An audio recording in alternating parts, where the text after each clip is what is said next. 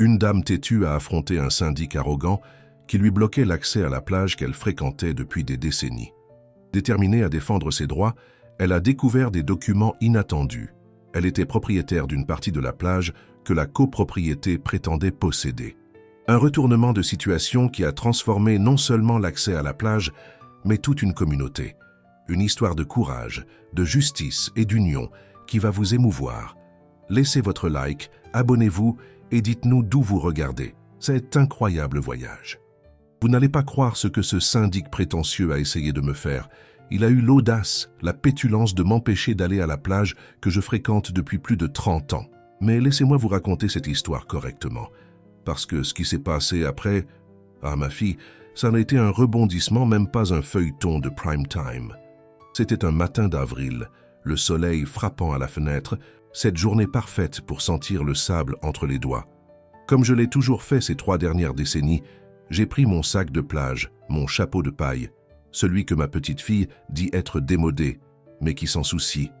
Et je suis sorti pour ma promenade matinale sur la plage. Ce rituel quotidien est plus sacré pour moi que la messe du dimanche, tu vois. Seulement quand je suis arrivé au chemin habituel, qu'est-ce que je trouve? Un portail énorme, en métal, brillant de neuf, avec un panneau géant. Propriété privée, accès restreint. Et posté là, avec une mine renfrognée, il y avait lui, le syndic de copropriété de la résidence Étoile de Mer, cette copropriété de luxe qui avait poussé comme de la mauvaise herbe sur notre côte. Madame, cette plage appartient maintenant aux résidents de la résidence. Vous ne pouvez pas passer, a-t-il dit, me regardant par-dessus ses lunettes de soleil hors de prix, comme si j'étais une fourmi dérangeant sa journée. Je l'ai regardé droit dans les yeux et j'ai lancé « Écoute, mon fils, je marche sur ce sable depuis avant ta naissance. Qui es-tu pour me dire où je peux ou non marcher ?» Il a fait ce petit sourire de syndic standard et a agité sa planchette sous mon nez. « Ce sont les nouvelles règles, mamie. Copropriété privée, plage privée. Vous pouvez vous plaindre à la mairie si vous voulez. Suivant. Mamie, mamie. À mes 67 ans, je peux être grand-mère avec beaucoup de fierté. Mais jamais, jamais, je n'accepterai d'être diminué par un petit maître en costume qui ne sait probablement même pas faire cuire un œuf. Je suis rentré chez moi écumant de rage. Mon mari, que Dieu ait son âme, disait toujours que mon entêtement était plus grand que la mer. Eh bien, il avait raison.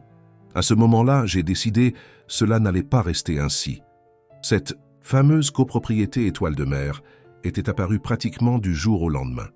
Là où il y avait auparavant une zone de végétation indigène, sont soudainement apparus des tours d'appartements, avec des noms ridicules comme Brise, de l'océan et Perle Bleue. Tout très chic, très cher, très intrusif. Le lendemain, je suis revenu. Et le jour d'après, et encore le jour d'après. Tous les 5 jours, je me présentais au portail comme un test de patience. Le syndic, j'ai découvert qu'il s'appelait Robert, mais pour moi, ce sera toujours le petit maître. Levait déjà les yeux au ciel quand il me voyait arriver. Parfois, il envoyait les agents de sécurité me bloquer, comme si j'étais une sorte de menace terroriste. Moi, avec mes tongs usés et ma crème solaire facteur 70. « Madame, vous troublez l'ordre, disait-il. Je répondais « Et vous, vous ?» Me faites monter la tension, mais aucun de nous ne cédera, n'est-ce pas? Après 2 semaines de ce bras de fer, j'ai réalisé que j'avais besoin d'une meilleure stratégie. J'ai commencé à faire des recherches. J'ai appelé ma petite fille, Julia, étudiante en 2e année de droit. « Mamie, les plages sont des biens publics. Ils ne peuvent pas restreindre l'accès comme ça, a-t-elle expliqué, toute fière de ses connaissances juridiques. Armé de cette information, je suis allé à la mairie. L'employé, un jeune homme, qui achetait toujours du poisson à mon défunt mari, m'a regardé avec pitié. Madame Thérèse, malheureusement, cette zone a été vendue au promoteur avec droit d'usage exclusif de la bande de sable. Tout est documenté. Je suis sorti de là avec plus de doute que de certitude. Comment une plage peut-elle être vendue? C'était faux, je le sentais au fond de mon âme. Cette nuit-là, je n'ai pas réussi à dormir. J'ai pensé à mon Auguste, qui a passé toute sa vie comme pêcheur sur cette plage. Aux après-midi où nous étions assis ensemble, à regarder le coucher du soleil, au barbecue du dimanche avec les voisins, aux enfants de la communauté apprenant à nager, là, tant de souvenirs qu'un portail voulait maintenant effacer. C'est en fouillant dans ces souvenirs que j'ai eu un déclic. Auguste gardait toujours les documents importants dans une boîte en bois au grenier. Il était trop organisé pour un pêcheur, comme je le taquinais toujours. J'ai monté les escaliers, mes genoux protestant, à chaque marche, et j'ai mis la tête dans le grenier poussiéreux. La boîte était là, exactement où il l'avait laissée avant de nous quitter, il y a 5 ans. Je l'ai ouverte avec soin, comme on ouvre un trésor. À l'intérieur, il y avait des papiers de toutes sortes, acte de naissance, notre acte de mariage déjà jauni, documents du bateau, et une enveloppe Kraft scellée, avec le mot propriété écrit à la main. J'ai ouvert avec le cœur battant la chamade. Ce que j'ai trouvé m'a coupé le souffle. C'était un acte notarié, daté de 1975, où mon mari achetait d'un ancien fermier local des lots côtiers avec accès direct à la mer, incluant la bande de sable correspondante. Avec cela, il y avait une carte détaillée et un mot écrit de la main gauche d'Auguste, pour garantir notre petit coin de paradis pour toujours. Un jour, tu comprendras. Et comme j'ai compris, cet homme, toujours en avance, avait acheté non seulement notre maison, mais une partie considérable de la plage. Une plage que cette fameuse copropriété disait maintenant être leur propriété. Le lendemain, je me suis réveillé comme une femme nouvelle. J'ai mis ma robe imprimée la plus colorée, celle que mes amis disent ressembler à un jardin ambulant, et j'ai marché jusqu'au portail de la copropriété avec la chemise de documents sous le bras. Le syndic, s'il vous plaît, ai-je demandé à l'agent de sécurité, avec un sourire qui ne collait pas du tout avec la révolution que j'étais sur le point de déclencher. Robert est apparu quelques minutes plus tard, clairement irrité par l'interruption de sa journée importante à faire ce que font les syndics quand ils n'empêchent pas des dames de marcher sur la plage. Madame, Thérèse, n'est-ce pas? Je pensais que nous avions déjà éclairci la situation, a-t-il dit, sans même dissimuler son dédain.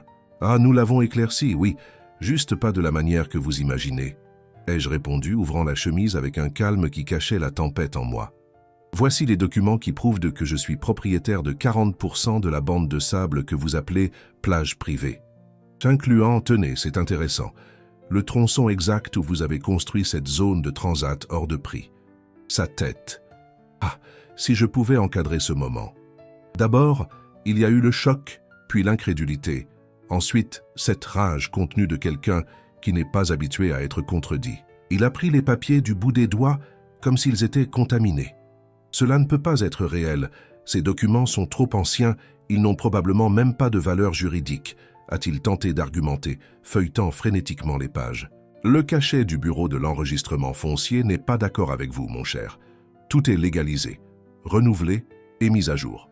Mon mari a peut-être été juste un pêcheur, mais il savait très bien comment protéger ce qui était à nous. Robert a dégluti difficilement. On pouvait voir les rouages tournant dans cette tête d'exécutif à la retraite qui jouait maintenant au petit chef. « Nous allons devoir vérifier cela avec nos avocats », a-t-il bégayé. « Vérifier à loisir. Pendant ce temps, vous pouvez ouvrir ce portail parce que je vais faire ma promenade, sur Emma plage. » Ce jour-là, j'ai marché avec un plaisir particulier. Chaque grain de sable sous mes pieds semblait célébrer avec moi. Auguste, vieux malin, tu avais tout prévu. Mais ce n'était que le début de la guerre. Les jours suivants, le syndic a montré qu'il n'allait pas abandonner facilement. D'abord, il y a eu les intimidations voilées. Madame habite seule, n'est-ce pas? La sécurité doit être préoccupante ces temps-ci. Ensuite, les tactiques, plus directes. Des caméras de surveillance coïncidemment installées pointant vers ma maison. Des agents de sécurité faisant des rondes quand mes petits-enfants venaient me rendre visite. Des lettres d'avertissement pour « trouble à l'ordre public » quand j'allumais ma radio un peu plus fort en fin d'après-midi. La communauté locale, qui observait auparavant ma bataille avec une distance prudente, a commencé à s'impliquer quand le syndic a annulé le festival de la crevette, une tradition centenaire de notre ville, prétextant que la plage était, désormais, une zone restreinte et que les événements publics étaient interdits. Le festival de la crevette n'était pas seulement une fête, c'était le moyen de subsistance de nombreuses familles locales. Les dentellières vendaient leurs pièces, les pêcheurs commercialisaient directement auprès des touristes, les artisans exposaient leurs travaux. Quand ce portail a empêché tout cela, la révolte s'est répandue comme une traînée de poudre. Monsieur Nelson, un pêcheur de 80 ans qui connaissait chaque pierre de cette côte, a été le premier à frapper à ma porte. « Madame Thérèse, est-il vrai que vous avez des documents sur la plage ?» J'ai confirmé, montrant les copies que j'avais déjà préparées. Ses yeux ont brillé comme les écailles des poissons qu'il pêchait. Alors nous avons une chance. En quelques jours, mon salon s'est transformé en quartier général improvisé. Pêcheurs, dentellières, commerçants locaux, tous venaient discuter des stratégies. Cartes éparpillées sur la table, petits cafés toujours prêts, et cette énergie contagieuse de ceux qui savent qu'ils sont du bon côté de l'histoire. Pendant ce temps, je continuais ma routine de provocation quotidienne au syndic. « Bonjour Robert, la mer est magnifique aujourd'hui, n'est-ce pas? Presque aussi bleue que votre tête quand vous me voyez arriver. » Il soufflait mais ne pouvait plus m'empêcher de passer. Mes documents étaient analysés par les avocats de la copropriété et jusque-là j'avais obtenu le droit d'accès. Petite victoire, mais victoire quand même. C'est pendant cette période que j'ai découvert une alliée inattendue. J'étais en train de marcher sur la plage quand une dame élégante, de celles qui portent des vêtements de marque même pour se mouiller les pieds dans l'eau, s'est approchée. « Thérèse Mendonça, vous ne me reconnaissez pas ?» J'ai bien regardé ce visage maquillé et sous les couches de protection et de fond de teint, j'ai reconnu Marguerite Martin, de l'école publique. Elle a souri, confirmant. Marguerite avait été ma collègue au collège, il y a plus de 50 ans. Maintenant, elle était veuve d'un entrepreneur du secteur hôtelier et, surprise, résidente de la résidence Étoile de Mer. J'ai entendu parler de votre dispute avec le syndic. Toute la copropriété en parle, a-t-elle avoué, baissant la voix comme si nous échangions des secrets d'adolescente. La plupart des résidents ne savaient même pas que la plage était considérée comme privée quand ils ont acheté les appartements. Beaucoup sont révoltés par les frais supplémentaires que nous payons pour la maintenance de la zone exclusive. Cela a été une révélation. Les copropriétaires eux-mêmes n'étaient pas totalement alignés avec les pratiques du syndic. Marguerite s'est proposée d'être mes yeux et mes oreilles au sein de la copropriété, me tenant informé des réunions et des décisions du conseil syndical.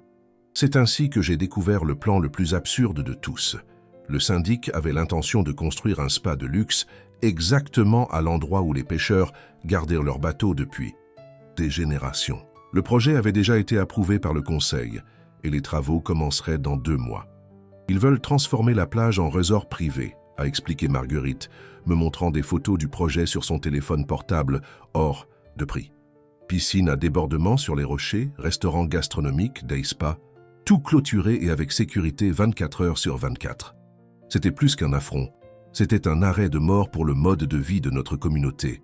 Si ce projet allait de l'avant, ce ne serait pas seulement mon droit de marcher sur la plage qui serait en jeu, mais toute la culture locale. Le lendemain, j'ai reçu une visite inattendue. Robert en personne, le syndic, a frappé à ma porte à 10 heures du matin. Il était seul, sans son escorte habituelle d'agents de sécurité, et semblait presque amical. « Madame Thérèse, je suis venu vous faire une proposition qui pourrait vous intéresser », a-t-il dit sans ses lunettes de soleil pour la première fois.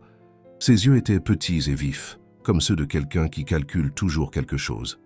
J'ai offert un café, plus par habitude que par hospitalité. Il a refusé allant droit au but. Nos avocats ont confirmé la validité de vos documents. Vous détenez réellement des droits sur une partie de la plage, mais cela peut être résolu à l'amiable. Il a soulevé une mallette et en a sorti un document. La résidence Étoile de Mer est disposée à acheter votre propriété. Nous offrons 3 fois la valeur du marché. Quand il a mentionné la somme, j'ai failli m'étouffer avec mon propre café. C'était assez d'argent pour acheter une grande maison dans la capitale, faire le tour du monde entier et laisser encore un héritage conséquent à mes petits-enfants. En échange, a-t-il continué, vous signeriez un accord de non-divulgation et cesseriez immédiatement toute action contre la copropriété. J'ai regardé ce papier, tout cet argent qui pouvait être le mien, avec une simple signature. J'ai pensé à tout ce que je pourrais faire, aux problèmes que je pourrais résoudre. Et le festival de la crevette, et les bateaux des pêcheurs, et l'accès public à la plage, ai-je demandé, même si je connaissais déjà la réponse. Il a haussé les épaules, comme si nous parlions de choses insignifiantes. Le progrès a son prix, Madame Thérèse. Cette communauté de pêcheurs est vouée à disparaître de toute façon. Vous pourriez au moins assurer votre avenir. C'est à ce moment-là que quelque chose a tilté en moi. Cet homme n'essayait pas seulement d'acheter un morceau de terre. Il voulait acheter ma conscience, mon histoire, ma communauté. Robert, ai-je dit calmement, vous savez quelle est la différence entre nous deux? Il a haussé les sourcils, curieux. Vous voyez cette plage comme un investissement. Je la vois comme un foyer. Je me suis levé, indiquant que la conversation était terminée. Vous pouvez garder votre argent et vos propositions. Cette plage n'est pas à vendre. Son expression s'est durcie instantanément. Le Robert amical a disparu, laissant place au syndic que je connaissais bien. « Vous allez regretter cette décision », a-t-il dit, rangeant ses papiers. « Nous sommes préparés à lutter par voie judiciaire et nous avons les ressources pour des années de procédure. » J'ai souri avec une tranquillité que je ne me connaissais même pas. Quelle coïncidence, mon fils, moi aussi. Ce que Robert ne savait pas, et que je découvrirai les jours suivants, c'est que j'avais plus d'alliés que je ne l'imaginais. Dès qu'il est parti, j'ai appelé ma petite fille Julia, et je lui ai raconté la proposition. « Mamie, c'est une tentative de subornation.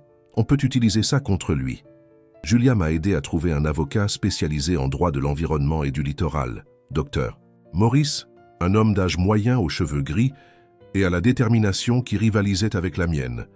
Il a accepté le cas immédiatement, fasciné par la situation particulière. En 50 ans de carrière, je n'ai jamais vu un cas où une personne physique est propriétaire légitime d'une partie d'une plage, a-t-il commenté analysant mes documents. Cela va créer un précédent intéressant. Avec mes économies, qui n'étaient même pas un dixième de ce que le syndic avait offert, mais qui étaient le fruit d'une vie honnête, j'ai engagé le docteur Maurice. Il a rapidement découvert des irrégularités dans le permis de construire de la copropriété. Ils ont construit en zone de végétation côtière sans les études environnementales adéquates, a-t-il expliqué, montrant des cartes et des documents éparpillés sur ma table. Et le projet de spa qu'ils prétendent construire est en zone de protection permanente. Armés de ces informations, nous avons intenté une action en justice contre la copropriété. Le syndic, comme promis, a contre-attaqué avec son équipe d'avocats chers. La bataille légale avait officiellement commencé. Pendant que les procédures traînaient en longueur devant les tribunaux, la vie dans la communauté se transformait. Les pêcheurs menés par M. Nelson ont commencé à stationner leurs bateaux stratégiquement sur le sable, exactement où le spa serait construit. Les dentellières ont organisé une exposition permanente de leurs travaux sur le chemin de la plage. Les commerçants locaux offraient des réductions à ceux qui venaient soutenir la plage publique. Le syndic, quant à lui, a intensifié ses tactiques. Les caméras de surveillance se sont multipliées, toujours tournées vers notre zone. Des prospectus sont apparus dans les boîtes aux lettres des résidents locaux, offrant des opportunités de relogement avec avantages exclusifs, une manière polie de dire qu'ils voulaient nous expulser. C'est alors que la nature a décidé d'intervenir dans notre dispute. Par une nuit d'octobre, une tempête tropicale a frappé la côte avec une fureur que nous n'avions pas vue depuis des années. Pluie torrentielle, vent fort, et la mer envahissant la terre plus que d'habitude. Le mur haut construit par la copropriété qui altérait le cours naturel des dunes a eu un effet catastrophique. Toute l'eau de pluie empêchée de s'écouler naturellement vers la mer a été dirigée vers les maisons des résidents anciens. En quelques heures, nous étions tous avec de l'eau jusqu'à la taille dans nos propres salons. J'ai passé la nuit au 2e étage de ma maison, observant meubles et souvenirs flottants au 1er niveau. Par la fenêtre, je pouvais voir les lumières de la copropriété, où le système de drainage spécial maintenait tout au sec et protégé. L'inégalité n'avait jamais été aussi évidente. Quand le jour s'est levé et que les eaux ont commencé à se retirer, la communauté était dévastée. Mais quelque chose d'inattendu s'est produit. Des résidents de la copropriété, y compris Marguerite et d'autres que je ne connaissais même pas, sont apparus avec des vêtements, de la nourriture et la volonté d'aider. « Nous avons vu ce qui s'est passé », a dit un monsieur d'environ 70 ans, retroussant ses manches pour aider à enlever la boue de mon salon. « Ce n'est pas juste. La copropriété a clairement empiré votre situation. » Pendant les jours de nettoyage et de reconstruction qui ont suivi, les barrières entre nous et eux ont commencé à se dissoudre. Les nouveaux résidents ont rencontré les anciens. Des histoires ont été partagées. Des amitiés sont nées entre des personnes improbables. La tragédie avait un côté humanisant inattendu. C'est pendant cette période que j'ai trouvé, parmi les objets endommagés par l'inondation, cette boîte en bois d'Auguste. L'eau était entrée, mouillant quelques documents, mais préservant miraculeusement une enveloppe que je n'avais pas ouverte auparavant. À l'intérieur, il y avait plus d'actes notariés et une carte détaillée. J'ai tout apporté au docteur Maurice, qui a analysé, perplexe, ces nouveaux documents. « Madame Thérèse, a-t-il dit, après des heures penchées sur les papiers, vous n'êtes pas propriétaire de 40% de la plage, comme nous le pensions. » Mon cœur a coulé. Tout avait été en vain.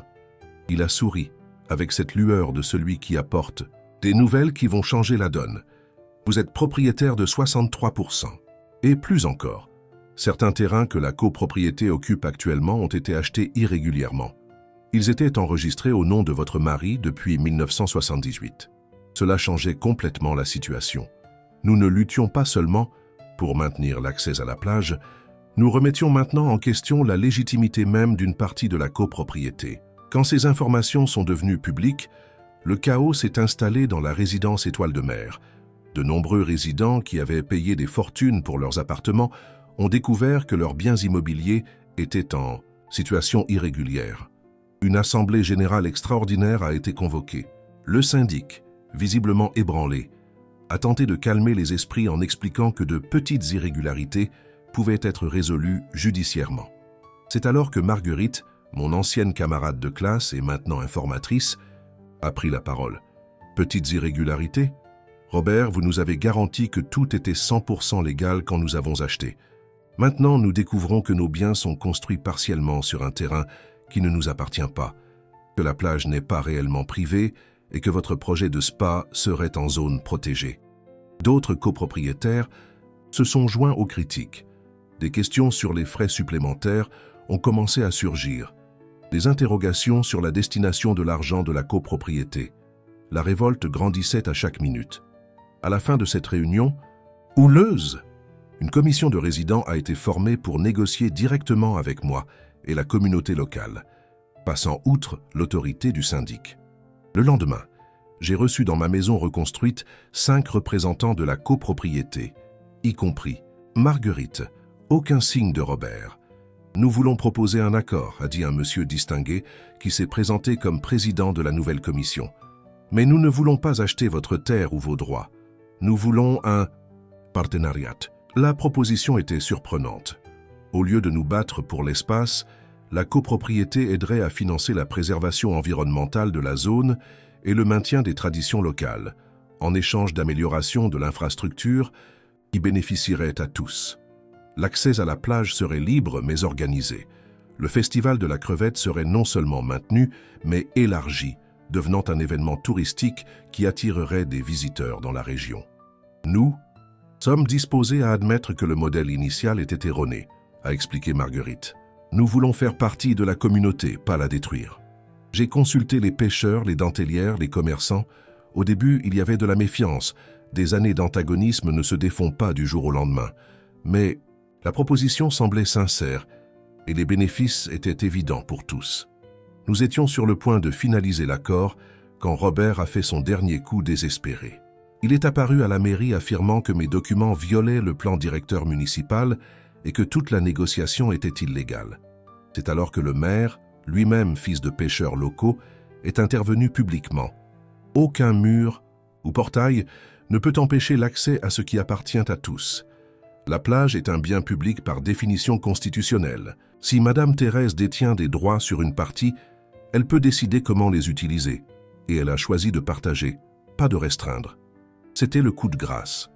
Une semaine plus tard, lors d'une assemblée historique tenue dans l'ancienne association de pêcheurs, le syndic a été destitué de son poste par le vote des copropriétaires eux-mêmes. À sa place, une gestion partagée, 3 représentants de la copropriété et 2 de la communauté locale prendraient les décisions ensemble. Le portail qui bloquait auparavant l'accès a été retiré. À sa place, nous avons construit un portail ouvert avec un panneau simple « Plage communautaire, bienvenue ». Le projet de spa de luxe a été remplacé par un centre culturel où les pêcheurs enseignent leurs techniques aux enfants de la copropriété et les dentellières proposent des ateliers aux intéressés. Aujourd'hui, presque un an après cette première confrontation avec le syndic, j'observe depuis le balcon de ma maison la plage à nouveau libre. Je vois les enfants de la copropriété apprendre avec M. Nelson à identifier les poissons et réparer les filets. Je vois les touristes acheter de l'artisanat directement auprès des dentellières. Je vois le crépuscule peignant le ciel en orange, exactement comme à l'époque où Auguste et moi nous asseyions ensemble pour admirer cette vue. Le festival de la crevette de cette année a été le plus fréquenté depuis des décennies. Des stands colorés s'étendaient sur toute la plage. La musique jouait tard, et des visiteurs de toute la région sont venus célébrer avec nous. J'ai vu Robert passer discrètement parmi la foule. Maintenant, juste un autre résident, sans poste ni autorité spéciale. Nos regards se sont croisés un instant, et j'ai tenu à lever mon verre de caipirinha pour un toast silencieux. Je n'ai pas acheté la plage pour la garder pour moi seul. Ça, Auguste le savait déjà quand il a acquis ses terrains il y a tant de décennies. J'ai acheté pour la rendre à tous. Et dans cette bataille, j'ai découvert que mon véritable héritage n'était pas les papiers rangés dans le grenier, mais le courage de défendre ce qui est juste, même quand tout le monde dit que c'est impossible. Maintenant, à mes presque 68 ans, je fais toujours ma promenade matinale sur le sable. Parfois seul, parfois accompagné par de nouveaux amis de la copropriété, parfois entouré d'enfants curieux qui me demandent de raconter encore une fois l'histoire de la mamie qui a acheté la plage. Et je raconte avec tous les détails dramatiques et les rebondissements surprenants. Parce que certaines histoires méritent d'être racontées, non pour la victoire en soi, mais pour ce qu'elles représentent. La preuve qu'une personne têtue, quand elle est du bon côté, peut affronter des murs, des portails et des syndics arrogants, et vaincre. Alors la prochaine fois que quelqu'un essaiera de vous convaincre que vous êtes trop petite pour lutter contre les puissants, souvenez-vous de moi, une dame de 67 ans qui a décidé de ne pas accepter un non comme réponse. Souvenez-vous que parfois l'impossible n'est qu'une question de perspective, et que, dans certains cas, la meilleure réponse à un portail fermé n'est pas une clé. C'est un levier suffisamment grand pour en arracher les gonds. Et si vous passez par notre plage l'un de ces jours, cherchez-moi, j'y serai. Probablement avec mon chapeau de paille démodé, sentant le sable entre les doigts et célébrant chaque petite victoire que la vie nous offre. Parce qu'au final, ce ne sont pas les documents ou les propriétés qui définissent notre histoire. Ce sont les batailles que nous choisissons de mener et les personnes pour qui nous décidons de nous battre. Ça a été l'histoire de comment un syndic prétentieux a bloqué mon accès à la plage. Et j'ai fini par acheter toute la plage. Pas pour la fermer, mais pour l'ouvrir à nouveau. Parce que certaines choses, comme la mer, le ciel et la liberté, ne devraient pas avoir de propriétaire. Elles devraient appartenir à nous tous. Ah, et quant à Robert, j'ai entendu dire qu'il avait trouvé un nouvel emploi comme syndic dans une copropriété à l'intérieur des terres, loin de toute plage, ce qui est probablement mieux pour nous tous, surtout pour les plages.